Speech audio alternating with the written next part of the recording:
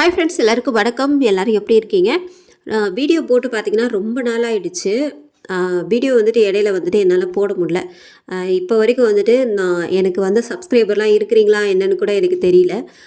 இருந்தீங்க அப்படின்னா கண்டிப்பாக இந்த கதையை கேளுங்க, ரொம்பவும் இன்ட்ரெஸ்டிங்காக இருக்கும்.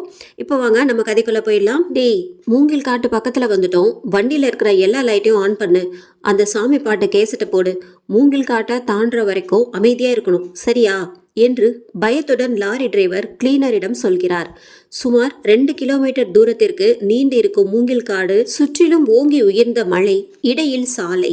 நெடுஞ்சாலை ஓரத்தில் அமைந்துள்ள மூங்கில் காட்டை லாரி கடந்து சென்று கொண்டிருந்தது. டிரைவருக்கும் கிளீனருக்கும் இதய துடிப்பு இருமடங்கானது. காட்டின் எல்லை பகுதியை நெருங்கினர். கிளீனர், என்ன ரொம்ப பயமுறுத்துனீங்க, ஆனா ஒண்ணுமே நடக்கல, மோகினி பேயை காணோம் என நக்கலாக கேட்டான். அடுத்த நொடியே முன்னால் இருந்த மரத்தின் கிளையில் தலைகீழாக வெள்ளை நிற உருவம் தொங்கியபடி தோன்றியது.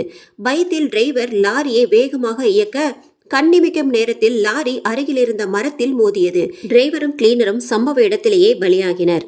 மூங்கில் காட்டில் கோர விபத்து. டிரைவரும் கிளீனரும் சம்பவ இடத்திலேயே பலி. இந்த மாதத்தில் மட்டும் இது 8வது விபத்து. அமானுஷியங்களின் நடமாட்டமா? அடுத்த நாள் காலையில் பேப்பரில் வெளியான செய்தியை படித்துக் கொண்டிருந்தான் ரவி.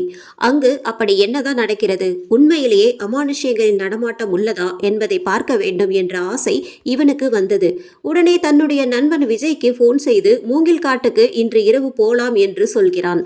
அதற்கு விஜய் மறுக்கிறான். யார்தான் செல்வார்கள்? மாலை 6 மணிக்கு மேல் அந்த சாலையில் பயணம் செய்யவே நடுங்குவார்கள். ஆனால் இவனோ மூங்கில் காட்டிற்குள் செல்ல வேண்டும் என்கிறான். கடந்த வருடம் அந்த காட்டில் என்ன உள்ளது என்பதை பார்க்க சென்ற பத்திரிகையாளரின் நிலைமை என்ன ஆச்சு தெரியும்ல, இதுவரைக்கும் அவர் வீடு திரும்பல என்றான் விஜய். அதற்கு ரவி, அவர் தனியா போனாரு, ஆனா நம்ம நண்பர்கள் எல்லாம் சேர்ந்து போலாம் என்றான். ஒரு வழியாக விஜய் சரி என்கிறான். நண்பர்கள் அனைவரையும் இரவு 8 மணிக்கு தயாராக இருக்க சொல்கிறான். இரவு 8 மணிக்கு நண்பர்கள் ரவி, விஜய், அசோக், சோபியா, யாழ்னி 5 பேரும் காரில் புறப்பட்டனர். கார் மூங்கில் காட்டை நெருங்கி சென்றது. அடுத்து நடக்க போகும் விபரீதத்தை அறிந்திருந்தால் அந்த இடத்திற்கு அவர்கள் வந்திருக்க மாட்டார்கள். கார் மூங்கில் காட்டின் எல்லைக்கு வந்தது. உள்ளே செல்ல அனுமதி இல்லை என்று அங்கு ஒரு போர்டு வைக்கப்பட்டிருந்தது. அதை பார்த்த விஜய், உள்ளே போக வேண்டாம், போர்டு பார்த்தாவே பயமா இருக்கு என்றான். மற்றவர்கள் இவனை பார்த்து எப்ப பார்த்தாலும் பயந்துகிட்டு கொஞ்ச நேரம் அமைதியா இருடா என்று அவனை திட்டினர். கார் மெல்ல மூங்கில் காட்டிற்குள் நுழைந்தது. கார் உள்ளே சென்றவுடன் பஞ்சர் ஆனது. இவர்களுக்கு சிறிது பயம் தொற்றிக் கொண்டது. இருந்தாலும் ரவி பயப்படாமல் இறங்கினான். ரொம்ப நாளா யாரும் வராததால பாதை முழுவதும் முள்ளா இருக்கு, அதனாலதான் கார் பஞ்சர் ஆகிடுச்சு, நாம இனிமேல் நடந்தே போகலாம் என்றான். அனைவரும் இறங்கினர். அந்த நேரம் அங்கு வந்த முதியவர், தம்பி, யாரப்பா நீங்க? இந்த நேரத்துல இங்க என்ன பண்றீங்க? தயவு செய்து உள்ள போகாதீங்க, அது உயிருக்கு ஆபத்து என்றார். அசோக் மற்றும் ரவி, அட போ பெருசு, சும்மா பயமுறுத்தாத, அப்படி உள்ள என்ன இருக்குன்னு நாங்க பார்க்கணும், நீ உன்னுடைய வேலையை பார்த்துட்டு போ என்று சொல்லி உள்ளே சென்றார்கள். முதியவர், என்னோட பேச்சை கேட்காம போறீங்களா? போ போ, அவ உள்ளதான் இருக்கா என்று சொல்லி மறைந்தார். இவர்கள் பேசிக்கொண்டே உள்ளே நடந்து சென்றனர். இவர்களுக்கு பின்னே யாரோ வருவது போல சத்தம் கேட்டது. மெல்ல திரும்பி பார்த்தனர். ஆனால் யாரும் இல்லை. ஓங்கி உயர்ந்த மூங்கில் மட்டுமே இருந்தது. மீண்டும் நடக்க ஆரம்பித்தனர். இவர்களின் காரில் இருந்த ஹாரன் சத்தம் பலமாக ஒலித்தது. ஆனால் கார் சாவி ரவியிடம் இருந்தது. திரும்பி வேகமாக காரை நோக்கி ஓடினர். காரில் உள்ள விளக்கு தானாக ஒளிர ஆரம்பித்தது. கார் இவர்களை துரத்த ஆரம்பித்தது. மீண்டும் காட்டுக்குள்ளேயே ஓடினர். அந்த இருட்டில் உயிரை கையில் பிடித்துக்கொண்டு ஆளுக்கு ஒரு திசையில் ஓடினர். ரவி மட்டும் தனியாக ஒரு திசையில் ஓடுகிறான். விஜயும் யாழினியும் ஒரு திசையில் ஓட, அசோக்கும் சோபியாவும் ஒரு திசையில் ஓடினர். சிறிது தூரம் ஓடியதும் ரவி திரும்பி பார்க்கிறார். கார் நின்றுவிட்டது. இவன் நண்பர்களை அழைக்கிறான். ஆனால் அவர்களோ எப்படியாவது காட்டை விட்டு வெளியே சென்றால் போதும் என்று ஆளுக்கு ஒரு திசையில் நிற்காமல் ஓடினர். ஆனால் அவ்வளவு எளிதாக அந்த காட்டை விட்டு வெளியே செல்ல முடியாது. ரவி நண்பர்களை போனில் அழைக்க முயல்கிறான். ஆனால் அவனுடைய கைபேசியில் டவர் இல்லை. அந்த இருட்டில் நண்பர்களின் பெயரை கத்தியபடியே தேடுகிறான். தூரத்தில் ஒரு பங்களாவை பார்க்கிறான். அந்த பங்களாவின் மேல் யாரோ நிற்பது போல் தெரிகிறது. வேகமாக பங்களாவை நோக்கி ஓடுகிறான். பங்களா அருகில் சென்றவுடன் அதிர்ச்சி அடைகிறான். விஜயும் யாழினியும் மேலே இருந்து குதிப்பதற்கு தயாராக நிற்கிறார்கள். இவன் அவர்களை காப்பாற்ற அவசர அவசரமாக மேலே செல்ல பங்களாவின் உள்ளே சென்றவுடன் இவன் போன் அடித்தது. யார் என்று பார்த்தால் விஜய். போனை அட்டன் செய்து, மச்சான் தயவு செய்து குதிச்சிராதடா, நான் கீழே தான் இருக்கேன் என்றான். அதற்கு இவன், என்னடா சொல்ற, நான் எங்க குதிக்க போறேன், இவ்வளவு நேரம் உனக்கு ஃபோன் பண்ணேன், ஆனா உனக்கு ரீச் ஆகல. நீ பங்களாக்குள்ள போனதை பார்த்து தான் இப்போ நான் உனக்கு ஃபோன் பண்றேன். நான் வெளியே தாண்டா இருக்கேன், வாடா என்றான். இவனுக்கு பயம் தொற்றிக் கொண்டது. அப்ப மேல நின்னது யாரா இருக்கும் என்று பயந்தபடியே வெளியே ஓடி வருகிறான். ஆனால் கதவு தானாக மூடிக்கொண்டது. இவனால் வெளியே வர முடியவில்லை. அசோக்கும் சோபியாவும் எப்படியோ ஒரு வழியாக விஜயை கண்டுபிடித்து நால்வரும் ஒன்றாக சேர்ந்தனர். டேய் மச்சான், ரவி உள்ள மாட்டிக்கிட்டான் என்று அசோக்கிடம் விஜய் சொல்கிறான். இவர்கள் நால்வரும் ரவியை காப்பாற்ற பங்களாவிற்கு அருகில் சென்றனர். உள்ளே ரவியின் அலறல் சத்தம் கேட்டது. இவர்கள் கதவை உடைக்க முயற்சி செய்தனர். ஆனால் கதவை உடைக்க முடியவில்லை. சோஃபியா ஜன்னல் வழியாக எட்டி பார்த்தாள். பார்த்ததும் கத்தி கதறுகிறாள். மற்றவர்களும் ஜன்னல் வழியே பார்த்தனர். ஒரு வெள்ளை உருவம் ரவியை கொன்று காலை பிடித்து மாடிப்படியில் இழுத்து சென்று கொண்டிருந்தது. இங்கிருந்தால் நம்மளோட உயிர்க்கும் ஆபத்து என்று தப்பி செல்ல முடிவு செய்தனர். நால்வரும் கைகளை இறுக்கமாக பிடித்துக்கொண்டு ஓட தயாராகினர். பங்களாவை விட்டு வெளியே காலடி வைத்ததும் ரவி உடல் மேலிருந்து கீழே விழுந்தது. இவர்கள் பயத்தில் வேகமாக ஓட ஆரம்பித்தனர்.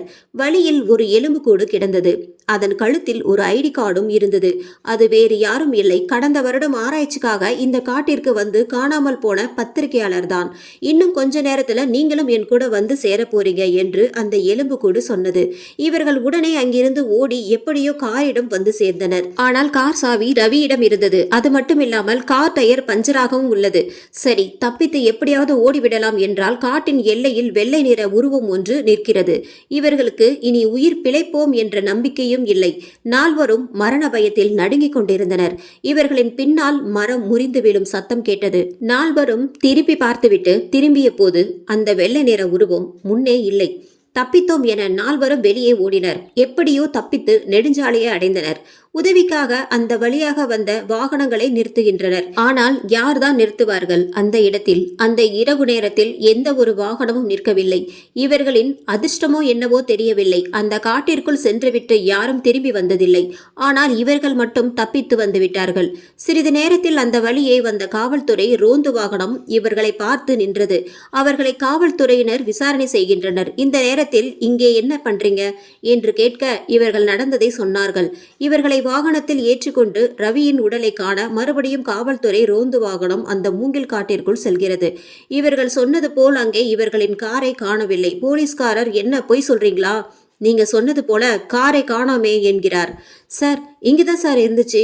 நாங்க சொல்றது உண்மைதான், நாங்க பொய் சொல்லல. அந்த பங்களாவிற்கு போய் பாருங்க சார், தெரியும் என்கிறார்கள். சரி என்று அந்த ரோந்து வாகனம் பங்களாவை நோக்கி செல்கிறது. வாகனம் பங்களாவை வந்தடைந்தது. ஆனால் இவர்கள் சொன்னது போல் ரவியின் உடல் அங்கே இல்லை.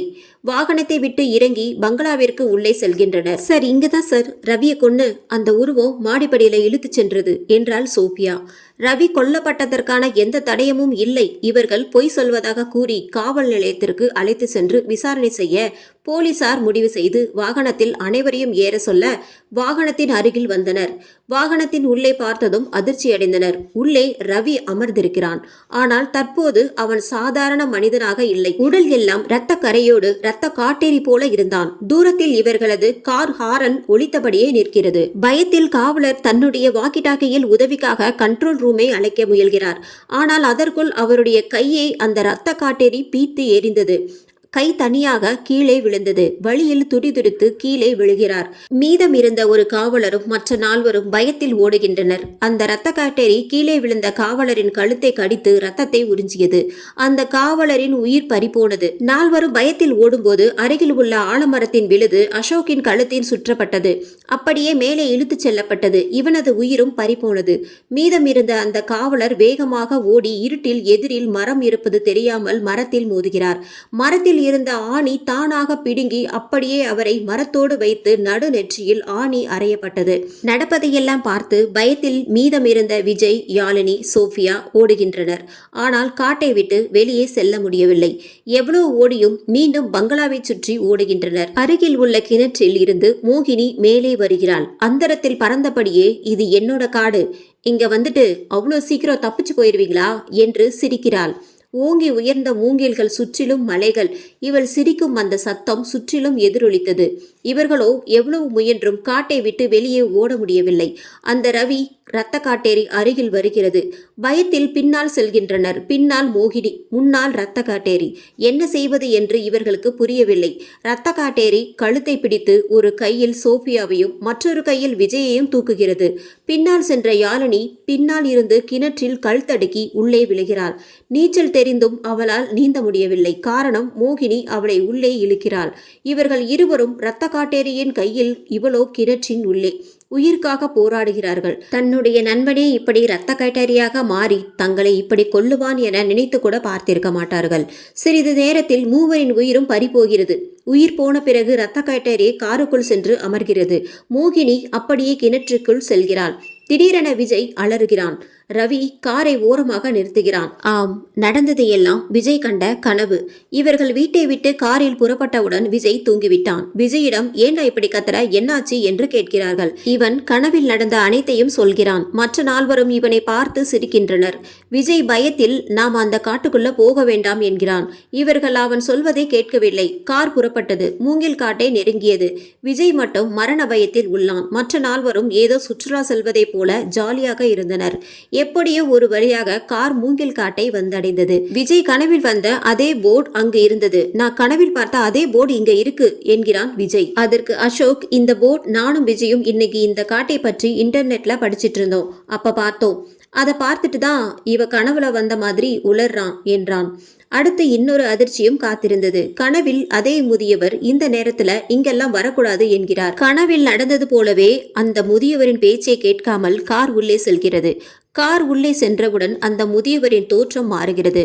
ஆமா, வந்தது முதியவர் இல்ல, மோகினி. என்னோட பேச்சை கேட்காம என்னோட கோட்டைக்குள்ள போறீங்களா? உங்களோட அழிவு ஆரம்பம் என்றாள் மோகினி. கார் நேராக காட்டு பங்களாவிற்கு வந்து சேர்ந்தது. காரை விட்டு மெல்ல கீழே இறங்கினர். யாழினி தன்னுடைய செல்போனில் அந்த பங்களாவை போட்டோ எடுத்துக்கொண்டாள். பின்னர் அனைவரும் சேர்ந்து அந்த பங்களாவின் முன் செல்ஃபி எடுத்துக் கொள்கிறார்கள். மெதுவாக அந்த பங்களா கதவின் அருகே சென்றனர். பங்களா பூட்டப்பட்டு இருந்தது. அருகில் இருந்த கல்லை எடுத்து பூட்டை உடைக்கிறான் ரவி. அடுத்த நொடியே அங்கு பலமாக புயல் காற்று வீசுகிறது. எப்படியோ அதை கஷ்டப்பட்டு அந்த பூட்டை உடைத்து கதவை திறந்தான் ரவி. உள்ளே இருந்தது வௌவால்கள். கூட்டம் கூட்டமாக வெளியே வந்தது. இவர்கள் மெதுவாக வீட்டிற்குள் செல்கின்றனர். அவ்வளவு பிரம்மாண்டமான பங்களா ஒட்டடை நிரம்பி இருந்தது.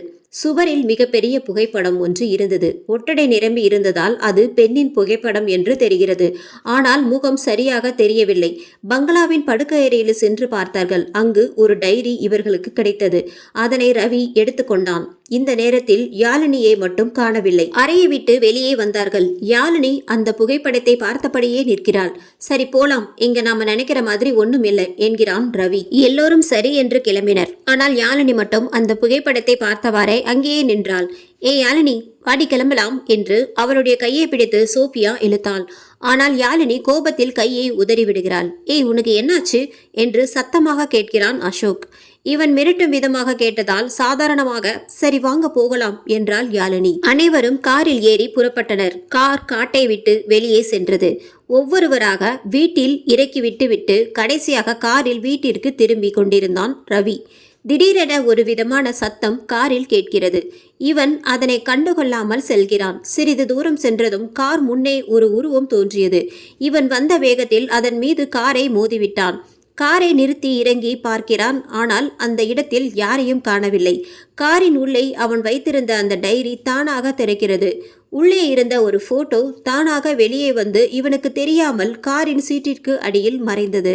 இவன் அந்த இடத்தில் ஏதோ வித்தியாசமாக நடப்பதை உணர்ந்து வேகமாக காரின் உள்ளே ஏறி வேகமாக வீட்டிற்கு செல்கிறான். இவன் வீட்டிற்கு செல்லும்போது விடியற்காலை ஆகிவிட்டது. இரவெல்லாம் தூங்காததால் வந்த வேகத்தில் அந்த டைரியை எடுத்துக்கொண்டு வீட்டில் உள்ள மேஜையில் வைத்துவிட்டு தூங்குகிறான். காலை 9 மணி இருக்கும். எப்ப பார்த்தாலும் ஊர் சுத்திக்கிட்டே இருக்கான். நைட்டெல்லாம் சுத்திட்டு இப்ப எப்படி தூங்குது பாரு என்று ரகுவின் அம்மா அவனை திட்டிக் கொண்டே வீட்டு வேலையை செய்து கொண்டிருந்தார். அந்த நேரத்தில் யாழினி அங்கே வருகிறாள். ஆண்டி, ரவி இல்லையா என்கிறாள். யாழினியை ஏற்கனவே ரவியின் அம்மாவிற்கு நல்லா தெரியும். அதனால உள்ளவாமா என்றாள். நைட்டெல்லாம் சுத்திட்டு இப்ப தூங்கிட்டு இருக்கான். அப்புறம் அப்பா அம்மா எல்லாம் எப்படி இருக்காங்க என்றாள் ரவியின் அம்மா. யாழினி எதுவுமே தெரியாதது போல நல்லா இருக்காங்க ஆண்டி, எனக்கு குடிக்க தண்ணி வேணும் என்றாள். சரி என்று தண்ணி கொண்டு வர கிச்சனுக்கு போனாங்க ரவியின் அம்மா. தண்ணீர் கொண்டு வர்றதுக்குள்ள டேபிள் மீது இருந்த டைரியை எடுத்து தன்னுடைய ஹேண்ட்பேக்கில் எடுத்து மறைத்து கொண்டாள். அம்மா தண்ணி கொண்டு வந்து கொடுத்தாங்க. அதை வாங்கி குடித்துவிட்டு, சரிம்மா நான் கிளம்புறேன், ரவி எழுந்தா நான் வந்ததா சொல்ல வேண்டாம் என்று சொல்லிவிட்டு செல்கிறாள். என்ன இந்த பொண்ணு எதுக்கு வந்துச்சு, அவன்கிட்ட சொல்ல வேணாம்னு சொல்லிட்டு போகுது, என்னாச்சு இந்த பொண்ணுக்கு என்று தனக்குள்ளேயே பேசிக்கொண்டு வீட்டு வேலையே தொடர்கிறார். காலை 11 மணி இருக்கும். ரவி தூக்கத்தில் எழுந்து சாப்பிட்டு விட்டு டிவியை பார்த்து கொண்டே அவன் காரின் முன்பு வந்த உருவத்தை பற்றியே நினைத்து கொண்டிருந்தான். அப்போது அந்த டைரியை எடுத்து படிக்கலாம் என்று மேஜையின் மீது பார்க்கிறான். ஆனால் டைரி அங்கே இல்லை. அம்மாவிடம் கேட்கிறான். நான் பார்க்கலடா என்கிறார் அம்மா. இங்கேதானே வச்சேன், எங்க போயிருக்கும் என்று காரில் தேடுகிறான். காரிலும் இல்லை. வீட்டு வாசலில் ஒரு கர்ச்சிப் கிடந்தது. அதை எடுத்து பார்த்தான். அது இவன் யாழினிக்கு சோபியாவிற்கும் ஒரே மாதிரி வாங்கி கொடுத்த கர்ச்சிப். அம்மாவிடம் சோபியா வந்தாளா என்றான். இல்லடா, யாழினி தான் வந்தா, உன்கிட்ட சொல்ல வேணான்னு சொல்லிட்டு போயிட்டா. என்னடா உனக்கும் அவளுக்கும் ஏதாவது பிரச்சனையா என்றாள். இல்லம்மா என்று சொல்லிவிட்டு காரை எடுத்து யாழினி வீட்டிற்கு சென்றான். யாழினியிடம் டைரியை பற்றி கேட்டான். எனக்கு எதுவும் தெரியாது என்கிறாள் யாழினி. இவன் கோபமாக, நீ தான் இன்னைக்கு எங்க வீட்டுக்கு வந்துட்டு போயிருக்க, அம்மா கிட்ட வந்ததா சொல்ல வேணான்னு சொல்லியிருக்க என்றான். அதற்கு யாழினி, நான் உங்க வீட்டுக்கு சும்மா தான் வந்தேன், அந்த டைரிய நீ அந்த பங்களாவில் இருந்து எடுத்துட்டு வரல என்கிறாள். நான் எடுத்துட்டு வந்தது எனக்கு நல்ல ஞாபகம் இருக்கு, நீ தான் வச்சிருக்க, விளையாடாத யாழினி என்றான் ரவி. நீ நம்பலைன்னா இன்னைக்கு நைட்டு அந்த பங்களாவில் போய் பாரு, அந்த டைரி அங்கதான் இருக்கும் என்றாள். இவனும் இரவு அந்த பங்களாவிற்கு தனியாக செல்கிறான். அந்த பங்களாவின் உள்ளே சென்று பார்க்கிறான். டைரி அங்குதான் இருந்தது. டைரி எப்படி இங்கு வந்தது என்று இவனுக்கு புரியவில்லை.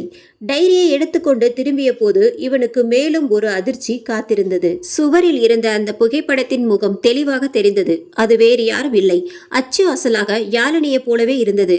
காணாமல் போன டைரி எப்படி இங்கே வந்தது, யாழினியின் புகைப்படம் இங்கே எப்படி வந்தது என அடுக்கடுக்கான கேள்விகள் இவன் மனதில் தோன்றியது. வேகமாக கிளம்பி வீட்டிற்குள் செல்கிறான்.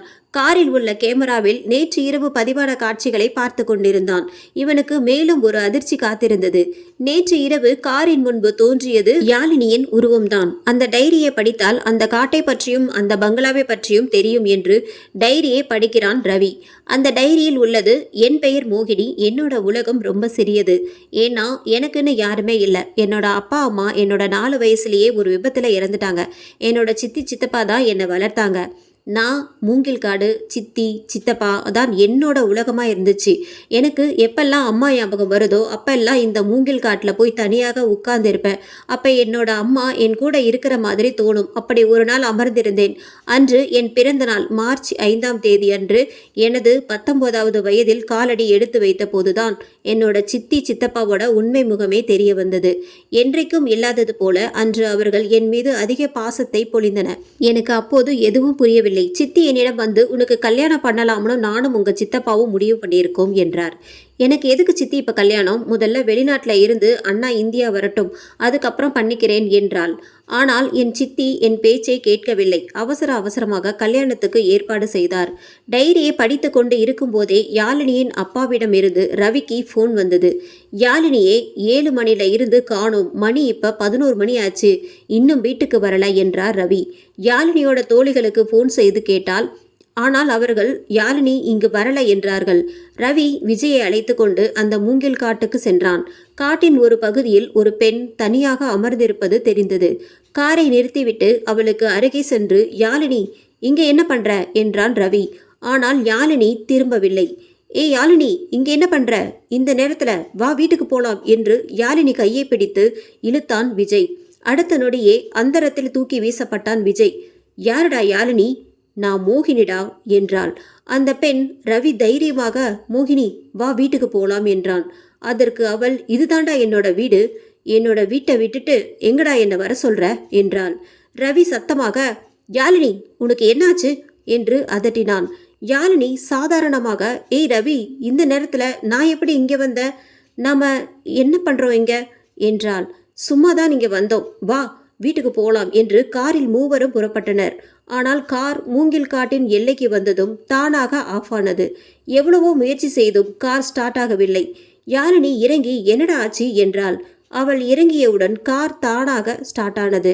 விஜய்க்கு சோஃபியாவிடமிருந்து ஃபோன் வந்தது. யாழினி என்னோட வீட்டில்தான் இருக்கா என்று. இதை கேட்டவுடன் திரும்பி பார்க்கிறான் விஜய். யாழினியே காணவில்லை. விஜய் ரவியிடம் இதை சொல்ல வேகமாக இருவரும் சோஃபியா வீட்டிற்கு சென்றனர். சோஃபியாவை பார்த்து கொஞ்ச நேரத்துக்கு முன்னாடி யாழினி இங்க இல்லைன்னு சொன்ன, இப்ப இங்கதான் இருக்கான்னு சொல்ற, உனக்கு என்னாச்சு என்றான் ரவி. எனக்கு ஒன்றும் ஆகல, இவளுக்கு தான் என்னமோ ஆகிடுச்சு. இப்பதான் இவ இங்க வந்தா, இவ்வளவு நேரம் எங்க போனா, என்ன ஆச்சு, எதுவுமே சொல்ல மாட்டேங்கிறா என்றாள் சோஃபியா. சரி சரி, எதுவா இருந்தாலும் காலையில பேசிக்கலாம், போய் தூங்குங்க. யாழினி அப்பா கிட்ட நான் சொல்லிக்கிறேன் என்றான் ரவி. இவர்கள் அனைவருமே சோபியாவின் வீட்டிலேயே அன்று இரவு தங்கிவிட்டனர். விடிந்ததும் யாழினியை அழைத்து கொண்டு விஜயும் ரவியும் புறப்பட்டனர். யாழினியை அவள் வீட்டில் விட்டுவிட்டு அவளிடம் எதுவும் கேட்க வேண்டாம் என்று அவளின் அப்பாவிடம் சொல்லிவிட்டு இருவரும் கிளம்பினர். நேராக மூங்கில் காட்டின் அருகில் உள்ள கிராமத்திற்கு சென்றனர். அந்த கிராமத்தில் இருந்த பெரியவர்களிடம் அந்த மூங்கில் காட்டை பற்றியும் மோகினியை பற்றியும் விசாரித்தனர். அப்போது அவர்கள் சொன்னது, அந்த பொண்ணு பேரு மோகினி. சின்ன வயசுலயே அந்த பொண்ணோட அப்பா அம்மா இறந்துட்டாங்க. அந்த பொண்ணோட சித்தி சித்தப்பா தான் அவளை வளர்த்தாங்க. ஒரு நாள் அந்த பொண்ணு அந்த மூங்கில் காட்டுல செத்து கிடந்ததா, அந்த பொண்ணுக்கு கல்யாணம் பிடிக்காம தற்கொலை பண்ணிக்கிட்டதா அந்த பொண்ணோட சித்தி சித்தப்பா சொன்னாங்க. அப்புறம் கொஞ்ச நாள்லயே அந்த பொண்ணோட சித்தப்பாவும் இறந்துட்டாரு. அப்புறம் அவளோட சித்தி வெளிநாட்டுல இருக்கிற மகன் கிட்ட போயிட்டதாகவும் இப்ப அங்கதான் இருக்கிறதாகவும் கேள்விப்பட்டோம். இந்த சம்பவம் நடந்து 20 வருஷம் இருக்கும். அவளோட சித்தி அந்த பங்களாவை விட்டு போனதுக்கு அப்புறம் மோகினி ஆவியா அந்த காட்டையே சுற்றி வர்றதாகவும், இரவு நேரத்துல அந்த வழியா வர்றவங்களை பயமுறுத்தி கொள்ளுறதாகவும், அந்த வழியா போறதுக்கே பயப்படுவோம் என்றார்கள். இந்த காட்டை பத்தி இன்னும் தெரியணும்னா மாயனை போய் பாருங்க என்றார்கள். மாயன் யாரு என்றான் விஜய். அந்த வீட்ல வேலை பார்த்த வேலைக்காரன் என்றார்கள். நேராக மாயன் வீட்டுக்கு ரவியும் விஜயும் சென்றனர். ஐயா, நாங்க அந்த மூங்கில் காட்டு பங்களாவை பற்றி தெரிஞ்சுக்கணும் என்றனர். உங்களுக்கு அந்த பங்களாவை பத்தி என்ன தெரியணும் என்றார். மார்ச் 5ஆம் தேதி 1998 அந்த பொண்ணுக்கு அவசரமாக கல்யாண ஏற்பாடு நடந்துச்சுல்ல, அதுக்கப்புறம் என்னாச்சு என்றான் ரவி. அன்னைக்கு தான் அந்த பொண்ணோட சித்தியோட உண்மையான முகத்தை எல்லோரும் தெரிஞ்சுக்கிட்டோம். அந்த பொண்ணு மேல பாசமா இருந்தது அந்த பொண்ணோட சொத்துக்காகத்தான்னு தெரிஞ்சுது. எங்க அந்த பொண்ணு நல்ல பையனா பார்த்து கல்யாணம் பண்ணா அந்த மூங்கில் காடும் பங்களாவும் கையை விட்டு போயிடுமோன்னு நினைச்சு ஒரு பைத்தியத்திற்கு கல்யாணம் பண்ண முடிவு செஞ்சா அந்த கொடுமைக்காரி.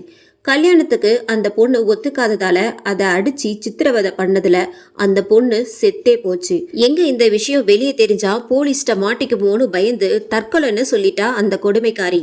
அந்த பொண்ணு இறந்த கொஞ்ச நாள்லயே அந்த வீட்டுல பேயா அலைய ஆரம்பிச்சா. அவங்க சித்தப்பாவை கொன்னது கூட அந்த பொண்ணோட ஆவிதான்னு எல்லோரும் சொல்றாங்க. அதுக்கப்புறம் அவ பயந்து தன்னோட மகன் கூட வெளிநாட்டுல இருக்கா. இதையெல்லாம் கேட்டு தெரிந்து கொண்டு வீட்டுக்கு திரும்பி கொண்டிருந்தார்கள் விஜயும் ரவியும். அப்போது மூங்கில் கடந்து சென்று கொண்டிருந்த போது கார் தானாக ஆஃப் ஆனது. இதை கண்டதும் விஜய், இது அதோட வேலையாதான் இருக்கும் என்றான். ரவி பயப்படாத என்றான். அப்போது மூங்கில் காட்டில் ஒரு பெண் நிற்கிறாள். உடனே ரவி அந்த பெண்ணை நோக்கி செல்கிறான். இவன் காட்டிற்குள் காலடி வைப்பதற்கு முன்னால் ஒரு சாமியார் இவன் கையை பிடித்து, இந்த நேரத்துல இந்த காட்டுக்குள்ள எதுக்கு போற என்கிறார். அங்க ஒரு பெண் இருந்தாங்க, அதான் போற என்றான் ரவி. இன்னைக்கு அமாவாசை, அவர் ரொம்ப உக்கிரமா இருப்பா. இன்னைக்கு இந்த காட்டுக்குள்ள யாரு காலை வச்சாலும் அவங்க உயிர் பறிபோகும் என்கிறார். உடனே ரவி, உங்களுக்கு அந்த பெண்ணை பற்றி தெரியுமா என்றான். அவளை பற்றி தெரியும், உன்னோட தோழியை பற்றியும் தெரியும் என்றார் சாமியார். நாளைக்கு இரவு 7 மணிக்கு இந்த காட்டுக்கு உன்னோட தோழியை அழைச்சிட்டு வா, எல்லாத்தையும் நாளைக்கு விளக்கமா சொல்றேன் என்றார். இதனை சொல்லிவிட்டு சாமியார் அங்கிருந்து சென்று விட்டார். அடுத்த நாள் இரவு 7 மணி ஆனது. ரவி, அவனுடைய நண்பர்கள், யாழினியே, அவளோட அப்பா எல்லோருமா அந்த காட்டுக்கு வந்தனர். சாமியாரும் வந்தார். முதலில் யாழினியின் அப்பாவை பார்த்து, இது உன்னோட பொண்ணா என்றார். ஆமா என்று யாழினியின் அப்பா கூறினார். அடுத்த நொடி காட்டில் ஒரு பெண் சிரிக்கும் சத்தம் கேட்டது. ஊரான் பிள்ளையை ஊட்டி வளர்த்தா அது உன்னோட சொந்த பிள்ளை ஆகிடுமா என்றது அந்த பெண்ணின் குரல். உடனே அந்த சாமியார், இந்த காட்டுக்குள்ள வந்துட்டு இதுவரை யாரும் உயிரோட திரும்பியதில்லை. அப்படி இருக்கும்போது நீயும் உன்னோட நண்பர்களும் எப்படி உயிரோட போனீங்க தெரியுமா என்று ரவியை பார்த்து கேட்டார். இவன் தெரியல என்றான். இங்க நிக்கிறாளே உன் தோழி, அவ இருந்ததால தான் நீங்க எல்லாம் உயிரோட தப்பிச்சிங்க. இது மோகினியோட கோட்டை என்றார் சாமியார். யாழினி கூட வந்ததால நாங்க தப்பிச்சோமா, என்ன சொல்றீங்க என்று சாமியாரை பார்த்து கேட்க, ஆமா, இவ வேற யாரும் இல்ல, மோகினியோட பொண்ணு என்றார் சாமியார். உடனே ரவி, நீங்க போய் சொல்றீங்க, மோகினிக்கு தான் கல்யாணமே ஆகலையே, அப்புறம் எப்படி பொண்ணு? நீங்க போய் சொல்றீங்க, நான் நம்ப மாட்டேன். நான் மோகினியோட டைரியை படிச்சிருக்கேன் என்றான். சாமியார், அந்த டைரியை நீ முழுசா படிச்சியா என்றார். இவன் இல்லை என்றான். எதையும் முழுசா தெரியாம பேசாத தம்பி என்றார் சாமியார். மோகினிக்கு கல்யாண ஏற்பாடு நடந்தது உண்மைதான். ஆனால் அதற்கு மோகினி சம்மதம் சொல்லாததற்கு காரணம் அவள் ஏற்கனவே பாபுவை காதலிச்சதாலதான். இந்த விஷயம் மோகினியோட சித்திக்கு தெரிய வந்தது. எங்க பாபுவை இவ கல்யாணம் பண்ணா சொத்து நம்ம கையை விட்டு போயிடுமோன்னு இவ சித்தி இவளுக்கு வேற கல்யாணம் ஏற்பாடு செஞ்சா.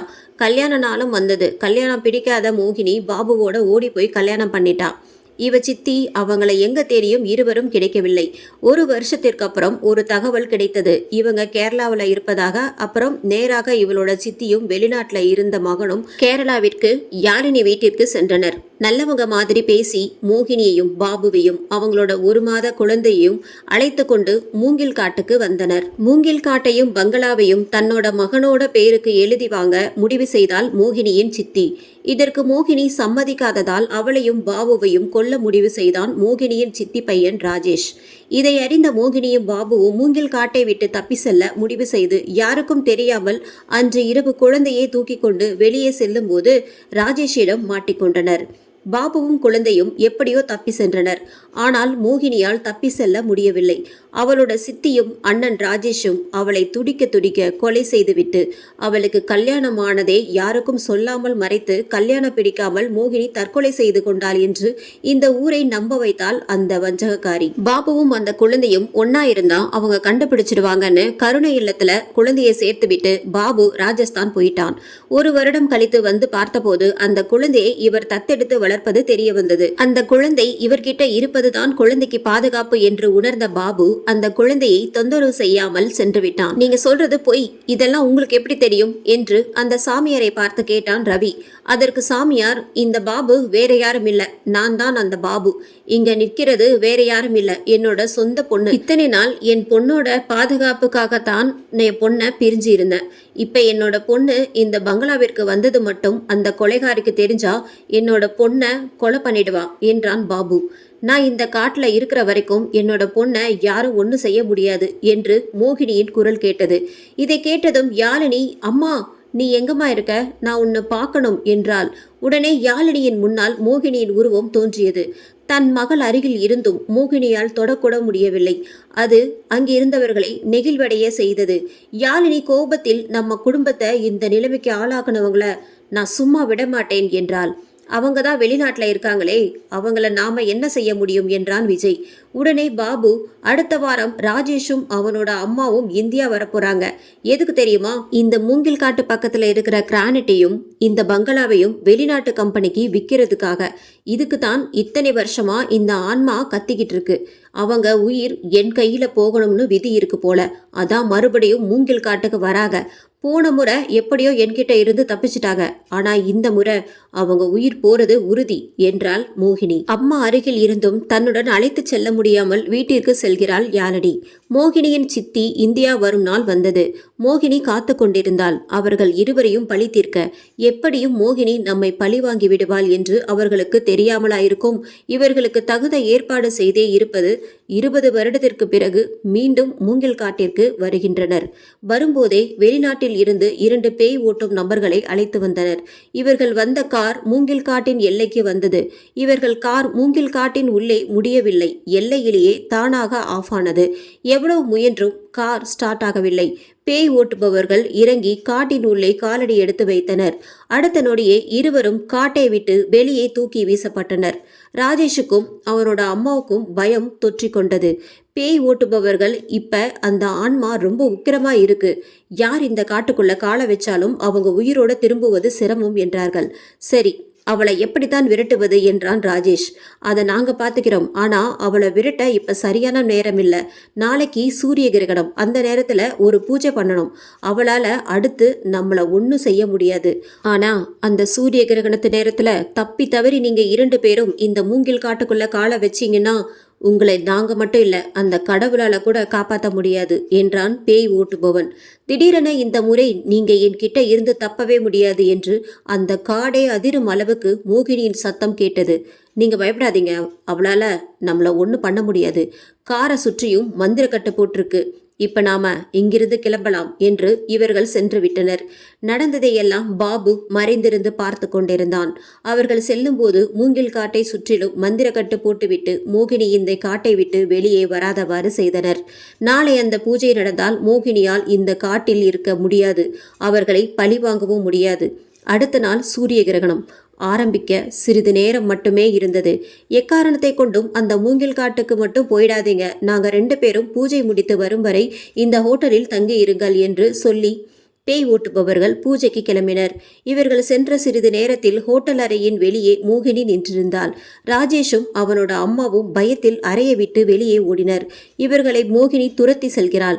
உயிரை கையில் பிடித்து கொண்டு இருவரும் ஓடுகின்றனர். சூரியன் கிரகணம் ஆரம்பிக்க தொடங்கியது.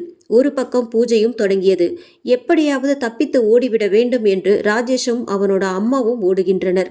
மோகினியும் விடாது துரத்துகிறாள். கடைசியாக அவர்கள் சென்றடைந்த இடம் மூங்கில் காடு. வேறு வழியின்றி காட்டிற்கு உள்ளே ஓடினர். உள்ளே சென்றவுடன் அவர்கள் இருவருக்கும் ஒரு அதிர்ச்சி காத்திருந்தது. காட்டுக்குள்ளேயும் மோகினியின் உருவம் இருந்தது, வெளியேயும் மோகினியின் உருவம் நின்றிருந்தது. இவர்கள் கண்ணை இவர்களினாலே நம்ப முடியவில்லை. ஆம், இவர்களை ஹோட்டல் அறையில் இருந்து துரத்தியது மோகினி அல்ல, யாழினி. மோகினி இந்த காட்டை விட்டு வெளியே வராதவாறு மந்திரக்கட்டு போடப்பட்டு இருந்ததால் எப்படியாவது அவர்களை இந்த காட்டுக்கு வர வைக்க பாபுவும் யாழினியும் போட்ட திட்டம்தான் இது. சூரிய கிரகண இருட்டில் அந்த காட்டிற்குள் இருவரும் உயிரை கையில் பிடித்து கொண்டு ஓடுகின்றனர். மோகினியின் சித்தி காட்டை விட்டு வெளியே ஓட காலை எடுத்து வெளியே வைத்தாள். பின்னால் இருந்த மரத்தில் விழுது அவளுடைய கழுத்தில் சுற்றி அவளை அப்படியே பின்னால் இழுத்தது. என்னை விட்டுவிடு, எங்களை மன்னிச்சிடு, எங்களுக்கு எந்த சொத்தும் எதுவும் வேண்டாம், இனிமேல் இந்த பக்கமே வரமாட்டோம் என்று கதறுகிறாள். உடனே யாழினி, இதே மாதிரி தானே அன்னைக்கு எங்க அம்மாவும் உங்ககிட்ட கதறி இருப்பாங்க, அவங்கள துடிக்க துடிக்க கொண்டு எங்க குடும்பத்தையே இப்படி நாசம் பண்ணிட்டீங்க, உன்னையெல்லாம் உயிரோடவே விடக்கூடாது, அம்மா அவ்வளோ சீக்கிரமா கொல்லுமா என்று யாழினி கத்துகிறாள். இதை கேட்ட உடனே மோகினி அவளின் கழுத்தை தனியாக பிடுங்கி எறிந்தாள். தலைவேறு முண்டம்பேராக கீழே விழுந்தாள். கிரகணம் முடிய இன்னும் 5 நிமிடம் மட்டுமே இருந்தது. ராஜேஷ் மூங்கில் காட்டின் அருகில் உள்ள மலையை நோக்கி ஓடுகிறான். எதிரே பேய் ஓட்டுபவர் நிற்கிறார்கள். அவர்கள் எப்படியாவது தன்னை காப்பாற்றி விடுவார்கள் என்று எண்ணி அவர்களை நோக்கி ஓடுகிறான். ஆனால் அவர்களோ கிரகணம் முடியாமல் அவளை ஒன்றும் செய்ய முடியாது என்று கையை விரித்தனர். அடுத்த நொடியே பேய் ஓட்டுபவர்களை தன்னுடைய 2 கையிலும் அவர்களின் கழுத்தை பிடித்து தூக்கினாள் மோகினி. என்னைய இந்த காட்டை விட்டு விரட்ட போறீங்களா? இப்ப பாரு, உங்களை இந்த உலகத்தை விட்டே விரட்ட போகிறேன் என்றாள். அவர்கள் இருவரையும் அப்படியே தூக்கி வீசினாள் மோகினி. அருகில் உள்ள மரத்தின் கிளையின் இருவரின் உடலும் சொருகியது. கண்ணிமைக்கும் நேரத்தில் அவர்கள் இருவரின் உயிரும் பறிபோனது. இப்போ உன்னை யாரடா காப்பாற்ற போறாங்க என்று சொல்லி ராஜேஷை பார்த்து மோகினி சிரித்தாள். அடுத்து அவனை அப்படியே தூக்கி குரல் வளையை கடித்து ரத்தத்தை உறிஞ்சி குடித்தாள். அவனின் உயிரும் போனது. கிரகணமும் முடிந்தது. பாபுவையும் யாழினியையும் அந்த மூங்கில் காட்டு பங்களாவில் தங்க வைத்துவிட்டு, இந்த மூங்கில் காடும் இந்த பங்களாவும் தான் நமக்கான அடையாளம், இதை மட்டும் எப்போதும் யாருக்காகவும் விட்டு கொடுத்துடாதீங்க, நான் எப்பவும் உங்க கூடவே தான் இருப்பதா நினைச்சுக்கோங்க, உங்களுக்கு ஏதாவது கஷ்டம் வந்தா என்னைய நினைச்சா நான் கண்டிப்பா வருவேன் என்றும், யாழினி உனக்கு அம்மா ஞாபகம் வந்தா இந்த மூங்கில் காட்டில் உட்கார்ந்துக்க, உனக்கு அம்மா கூடவே இருக்கிற மாதிரி தோணும் என்றாள் மோகினி. பாபுவிடம் நம்ம பொண்ணுக்கு கல்யாணம் பண்ண நானே மாப்பிள்ளையும் பார்த்து விட்டேன் என்றாள் மோகினி. அது வேற யாரும் இல்லை, உன் கூட இருந்தானே அந்த ரவி, அவன்தான். உனக்கு சம்மதமா என்று யாழினியை பார்த்து கேட்க யாழினியும் சம்மதம் என்றாள். யாழினியையும் ரவியும் சேர்த்து வைத்துவிட்டு மோகினி அங்கிருந்து மறைந்தாள். இந்த எபிசோட் உங்களுக்கு பிடிச்சிருந்தது அப்படின்னா நம்ம சேனலை மறக்காம லைக் பண்ணுங்க, ஷேர் பண்ணுங்க, சப்ஸ்கிரைப் பண்ணிக்கோங்க. நன்றி, வணக்கம்.